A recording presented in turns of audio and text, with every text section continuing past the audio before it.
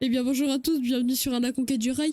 Aujourd'hui c'est le début d'une grande série sur Train Simulator et les jeux de simulation de train, où on va présenter des locaux, des trains, etc. sur les jeux vidéo Train Simulator, etc. Alors, comme d'habitude, je suis pas seul, je suis avec... On peut tirer du bas. On est tous les deux les propriétaires de cette Voilà. chaîne YouTube. Aujourd'hui, on va tester et vous apprendre quelques faits sur... Sur les BB 22200. Voilà, sur les BB 22200.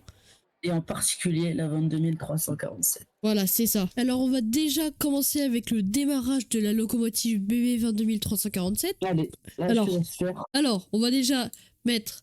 on va déverrouiller la boîte à levier.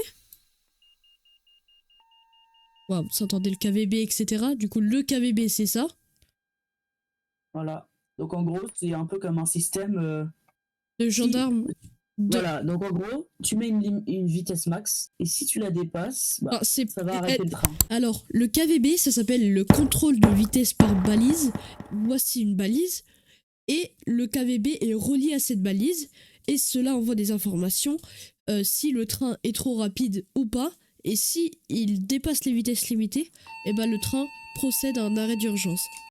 Après, le KVB sert à plein d'autres choses, mais il sert généralement à ça. Alors, voilà. Alors, nous venons de régler le KVB. Nous avons éteint l'œillet du KVB, je sais plus trop comment il s'appelle. Et nous avons validé la commande dessous, là qui est juste en dessous. J'ai fait juste la vitesse pour cette partie simulation d'aujourd'hui. Et j'ai validé les paramètres KVB. Du coup, ça revient à valider ça. Et voilà. Ensuite, on va procéder au lever... Enfin, on va lever les pantographes qui sont juste ici.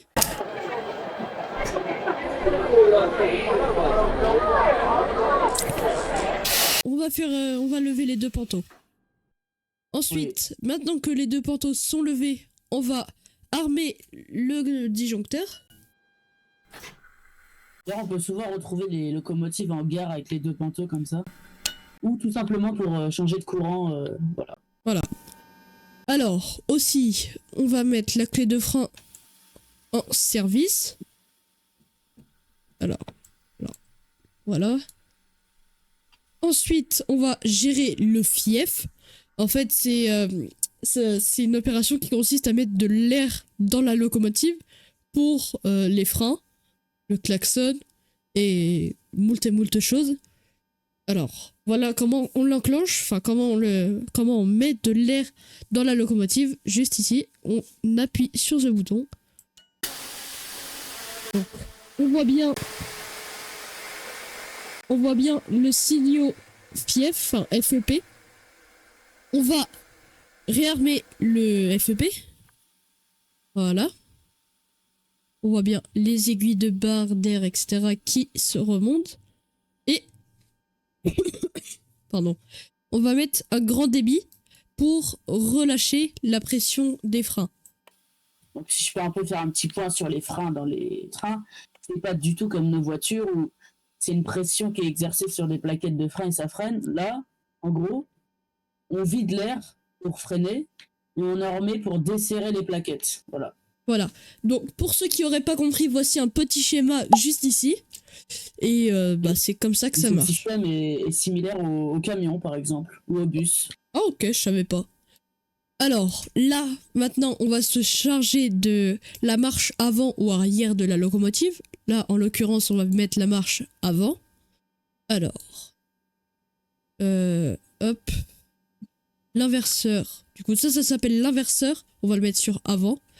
Et le levier de traction qu'on va mettre sur T, qui signifie traction. Alors, O, je sais plus ce que c'est. T, c'est traction. VI, c'est vitesse sélectionnée. Alors, ensuite, on va allumer un peu on va allumer la cabine, allumer les phares. Voilà. Vu qu'on est en haut-le-pied, on va mettre les signaux de manœuvre. Du coup, c'est-à-dire les feux rouges à l'avant, les fanaux rouges, et à l'arrière, pareil. D'ailleurs, à l'arrière, on va en profiter pour desserrer le frein à vie. Hop. Vous voyez bien, du coup, qu'à l'avant et à l'arrière, les feux sont là. Alors, Voilà. Les panneaux sont en place. ensuite, on va passer à notre partie préférée pour nous, qui est la partie du compresseur. Voilà. Le compresseur, voilà. Là, on vous mettra quelques images et prises de son en réalité, voilà. Voilà. Alors, dans quelques instants, nous allons entendre le son du compresseur de la 22347, qui est aussi le son du compresseur des autres 22000. Voilà, donc ça, vous entendrez vraiment le son de 7 locaux. Bon, ça change pas grand-chose aux autres locaux, mais voilà.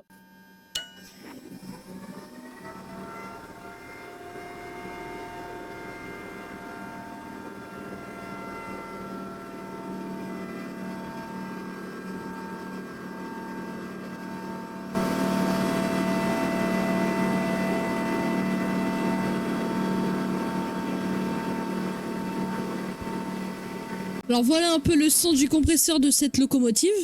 Voilà. Et voici ce que c'est en réalité.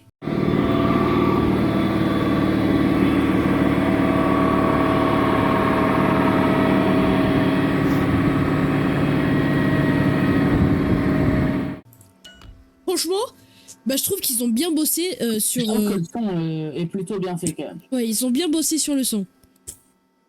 Alors, ensuite, nous pourrons partir, si je dis pas de bêtises. Voilà. On dessert le frein direct, voilà, ça m'échappait. On va baisser ça. Et voilà. On est bon, on peut partir. Alors, vu que on a l'autorisation de partir, mais qu'on n'a pas de voyageurs, le petit klaxon, et c'est parti. Voici le départ de cette 22347 sous vos yeux ébahis.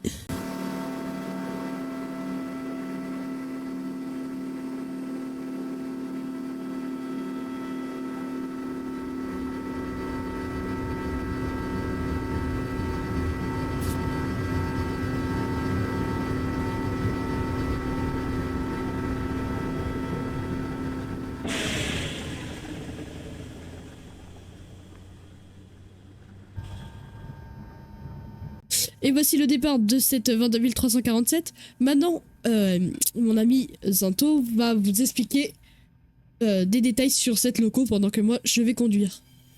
Allez, c'est parti. Donc, on va parler plus globalement des BB 22200. Donc, ces locomotives ont été construites dans les années 70 à un peu plus de 200 exemplaires, voilà. Donc, ces locaux fonctionnent en 2 tensions, ou 3, 15 000, 25 000 et 1500 volts, voilà. Donc, elles ont été construites à un peu plus de 200 exemplaires, 205 précisément. Aujourd'hui, on en compte plus que à peu près une centaine, je dirais à peu près. Et donc, aujourd'hui, on va s'intéresser à la 22347. Donc, cette loco qui, pour nous, en vrai, nous tenait beaucoup à cœur parce que on trouve que cette livrée va beaucoup à la BB 22000. Et du coup, vu que cette loco, c'était la dernière à arborer cette livrée, on se tenait d'en parler, voilà. Donc, elle a commencé sa carrière dans les années 70 avec une livrée béton. Ensuite, elle a tiré sa révérence à une livrée multiservice.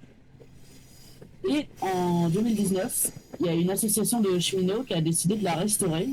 Donc, très bonne initiative. Jusqu'en 2022-2023, donc lancement du projet Ouigo. La SNCF, ils se disent, bon, on s'en fout un peu de cette loco, on va la vendre à Ouigo. Et du coup, à mon avis, Ouigo, de toute façon, eux, ils s'en foutaient de l'histoire de la loco ou quoi que ce soit. Et donc, ils l'ont acheté. Voilà. Et donc, aujourd'hui, cette loco, elle est toute rose. Voilà. Voici des images, par exemple. Faut noter qu'avant, du coup, cette loco, la BB 22347, était béton. Voilà. Voilà, aussi quelques images de béton. Il y a aussi Elle a fait aussi bien du fret que du voyageur, d'ailleurs. Oui. Bah, multiservice, d'où le nom qui signifie plusieurs services. Du coup, c'est-à-dire qu'elle était bah, sur toutes les tâches, elle pouvait faire du fret, du voyageur et Elle était très polyvalente. Ouais, c'est ça, voilà. C'est le mot. Bon, alors, franchement, bah, vu que là, on est dans la 22 347 de SimExpress, du coup, merci beaucoup à bah, SimExpress qui est un site pour acheter et télécharger des add-ons pour Train Simulator, dont cette locomotive qui est disponible dans le bac 7200 22 000 et c'est très très bien refait, je vous conseille de l'acheter parce que franchement pour ceux qui sont adeptes de la simulation et de la conduite française, bah je vous la conseille parce que tout est refait de A à Z et franchement bah la qualité est surprenante. Nous approchons de notre terminus. On va faire un départ, un arrêt un peu brusque.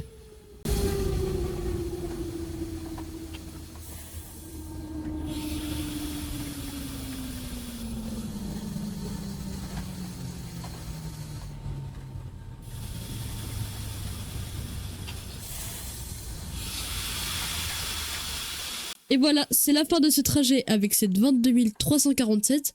J'espère qu'elle vous aura plu. N'hésitez pas à liker et à vous abonner, ça ferait super plaisir. Et nous, on vous dit à la prochaine. D'ailleurs, aussi, n'hésitez pas à aller voir notre chaîne. On a sorti récemment un documentaire sur le Korai Wigo avec justement cette locomotive. Et n'hésitez pas à aller le voir. Ciao, ciao!